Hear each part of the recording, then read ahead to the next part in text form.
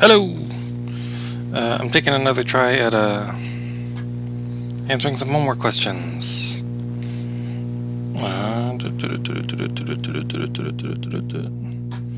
I already copied and pasted this stuff earlier, but the stream's not turning into a video. So I'm trying this again. Let's see what we got. Okay. I think I need to reload into Wiley Plus. Yeah, I know. Click here.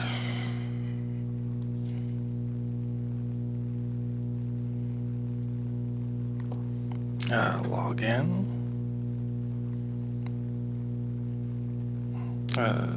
The old one.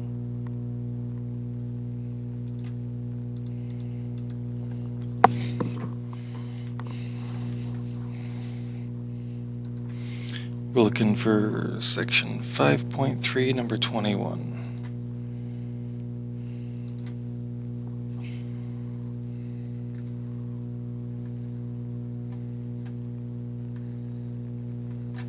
Here it is.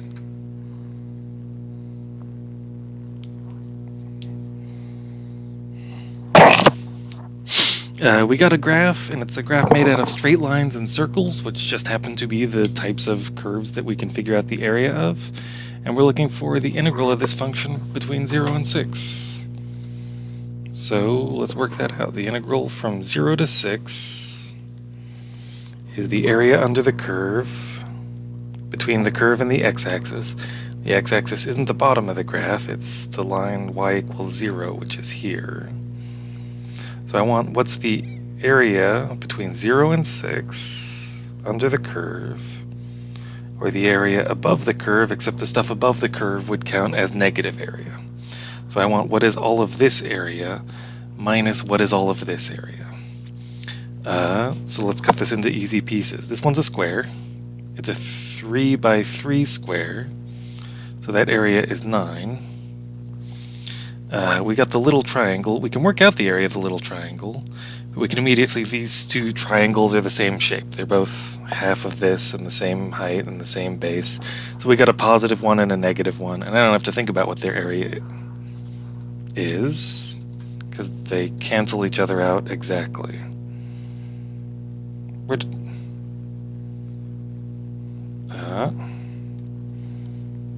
okay. So yeah, we were doing integral from 0 to 6. It's this area minus this area. This and this cancel each other out, so they contribute nothing. This thing is a square of radius 9. We get an integral of 9. 9. Let's go from 9 to 21.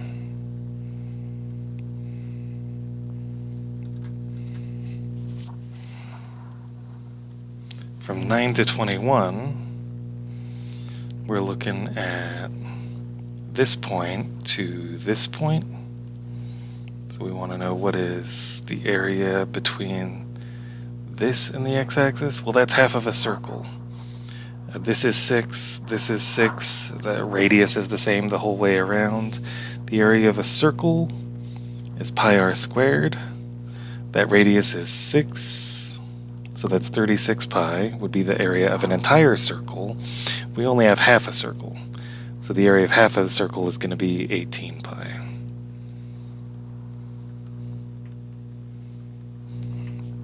Cool. And we wanted the area from 6 to 21. There's 6 to 21. That's from here to here. This part's above the x-axis. We just worked it out. It's 18 pi. Counts positive. This part is below the x-axis. Counts negative. What's the area of this triangle? Well, it's half of these squares we just said are 3 by 3. So it's half of a 3 by 3 square. It's half of 9. The integral from 6 to 21. So this area is 9 halves. And the area is going to be 18 pi minus 9 halves. This problem's asking for exact answers. Don't try and simplify this or get digits on it. They gave us the whole big equation editor so we could type in complicated answers like 18 pi minus 9 halves. And then what's going on between 15 and 24? 15 to 24 is from here to here.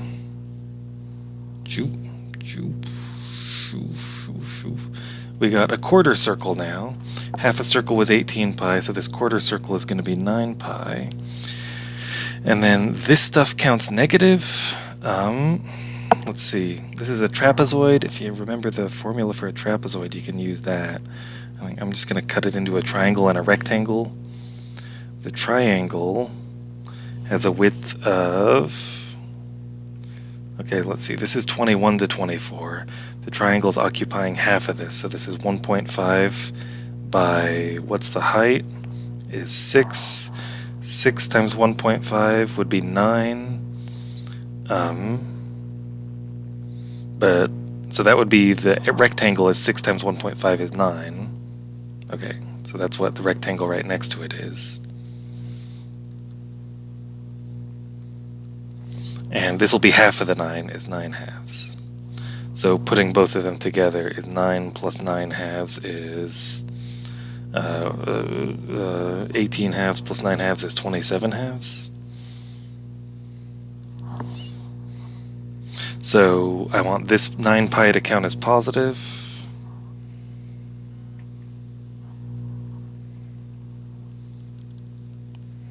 I get the positive 9 pi and subtract the 27 halves. Yep, is that what I put in before? Yep. And it gave me the green check mark. So cool. Let's do number 18. Okay.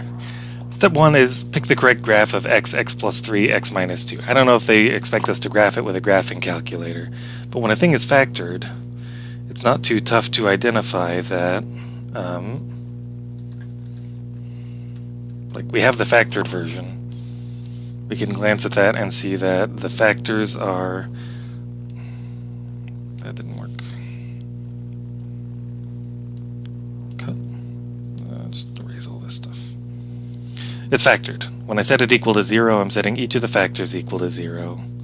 Setting x equal to 0 gives me x equals 0. Setting x plus... So I'm asking myself, when do you equal 0? Because if I look at the options they gave me, they all have different x-intercepts. So I'll figure out what the correct x-intercepts are. I get x equals 0. I get x plus 3 equals 0. That's x equals negative 3. I get x minus 2 equals 0. That's x equals 2. So the correct graph will have 0 and positive 2 and negative 3 as x-intercepts. Which of these does that? You're negative 4 and 2? No. Negative 2 and 1? No. Negative 3 and 1? No. Negative 5 and 3? No. Negative 3 and 2. There. The graph looks like this. And I can confirm that by sticking it on a graphing calculator. I get a big positive hump here and a little negative hump here. Now what's it asking?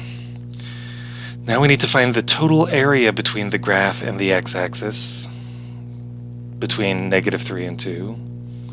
And we also need to find the integral from negative 3 to 2. And the main thing this problem is about is proving we understand the difference between those two questions. The integral from negative 3 to 2 is easy. This is the thing we get our calculator to do. Hey calculator, can you graph this function for me? You graph x plus 3, x minus 2. I'm changing the window just so it unshades in the integral that I worked out earlier. I say, hey calculator, can you calculate? Its second trace is calculate. The integral is at 7. From negative 3 to positive 2. And it's going to shade it all in. And it gives me an answer of 10.4166. But what it's doing when it does that isn't the area of between the x-axis and the curve. It's doing the thing where this is positive and this is negative. You want to say the integral is the area under the curve, but there's like a giant asterisk on that it's the stuff above the x-axis counts positive, the stuff below the x-axis counts negative. This thing isn't saying count some of the area as negative, they're just saying find the area. The word area doesn't have built into it that stuff below the x-axis should count as negative area. This is asking us to just find the total area. So, we need to do it as separate integrals. I'm going to change the window just to clear out the shading. To get the total area, I need to separately work out what's the integral from -3 to 0. It's 15.75. And what's the integral from 0 to 2?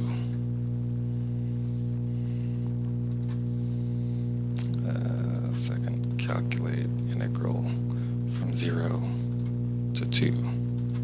This one's going to be negative 5.33. So what's the total area? The total area is going to be 15.75 plus make this positive.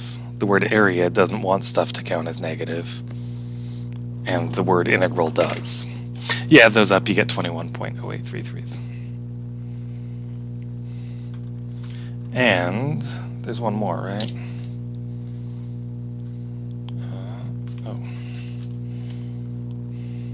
Let me look at what's the last problem.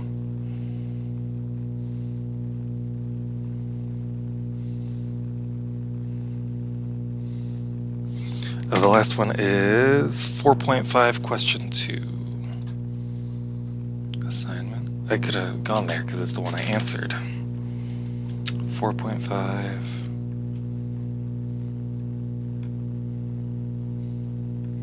Question 2. Find the average cost at a level of 10,000 and interpret it.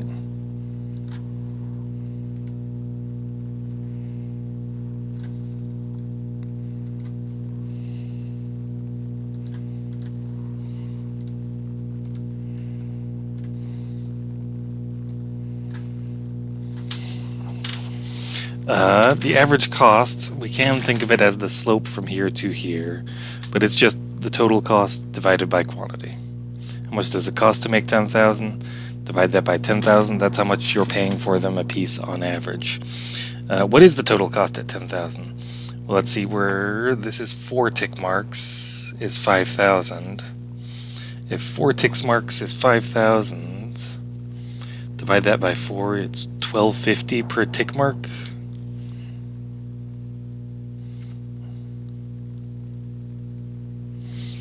We are at 1, 2, 3, 4, 5, 6.5 tick marks. So we want 6.5 of 1250, whatever that is. It is 81.25. That's the total cost to make 10,000 units. That's just an issue of reading off how many tick marks there are. Divide that by 10,000.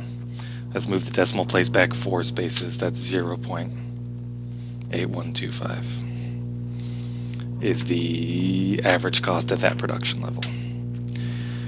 The second one they're asking is the more complicated one, is one of my favorite questions is... here's what's the graph of your answer. So this is about understanding that that number we just worked out is the slope of this line.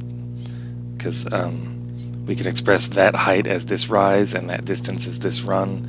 Here's where the 81.25 came from. Here's where the 10,000 came from. If you write those as a rise over run and you're thinking about that slope. So, which of these is that? That one's close, but it's not it. Oh, I passed it. It's that one. Is the one that's doing the right slope for the average cost thing. C says, when is average cost minimized? This is the deal where you imagine drawing that same line for lots of points. When will the slope get lowest? Keep going until the slope is minimized. So the thing you're doing is you want to hold your ruler with 1 point here and tilt it down as low as you can. How low can you tilt it and still be hitting the curve? And I suck at drawing these because my stylus doesn't touch the screen at the place where the dot comes out, but when I tilt my paper up until it just grazes the line, I get a line. No, don't do that. work with me here. Like, you hold a piece of paper up to the screen, and it's definitely exactly here is the spot where is the last spot where the lowest you can tilt the line and still have it hit the graph at all. There. You draw that line. So you think about all these lines, you keep tilting it down until it just grazes the curve. This point is the last place where it just grazes the curve, and it's illustrating the Goldilocks thing, where this line is the average cost line, is also the marginal cost line. It is a tangent line. It is just glancing off of the curve. It is the average cost line. It hits this point. If the marginal cost was bigger than the average cost, then the average cost wouldn't be minimized because you could scoot it this direction. And if it was less, you could scoot it that direction. And the baby bear scenario is when they are equal. The minimum happens when they are equal. Yeah, what is this point? There's like two questions they could be asking is what is the minimum average cost? I would work that out by computing this slope. This problem didn't ask that question. It asked what is the production level? What is the Q value that minimizes average cost? So I'm looking up where is this? And this was 10,000 was 5 tick marks. So they had 2,000 apiece. 12, 14, 16, it's 18,000 is the Q value that minimizes average cost. And that's what I typed in there, and it gave me the beautiful green check mark. And that's the homework questions I have. You got anything else?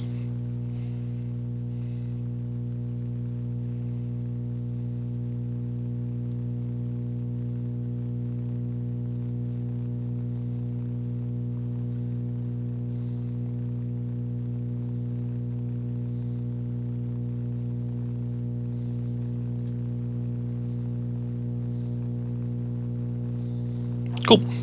I guess I'll turn this off now. If you have homework questions, I'm around. This is totally fine to hop on and stream this for a minute.